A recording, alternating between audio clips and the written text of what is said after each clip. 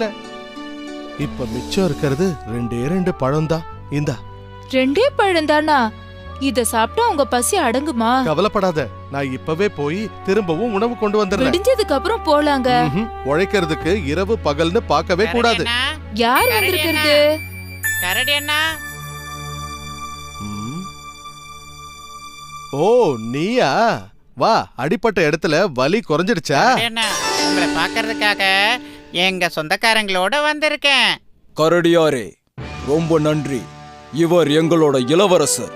இவரை காப்பாத்தின உங்களுக்கு நன்றி சொல்லதான் உங்களை தேடி வந்தோம். பிரதிபலன் எதிர்பார்க்காம நீங்க செஞ்ச உதவிக்கு நன்றி சொல்லும் விதமா உங்களுக்கு பரிசுகள் கொண்டு வந்திருக்கோம். தயவு செஞ்சு ஏத்துக்குங்க.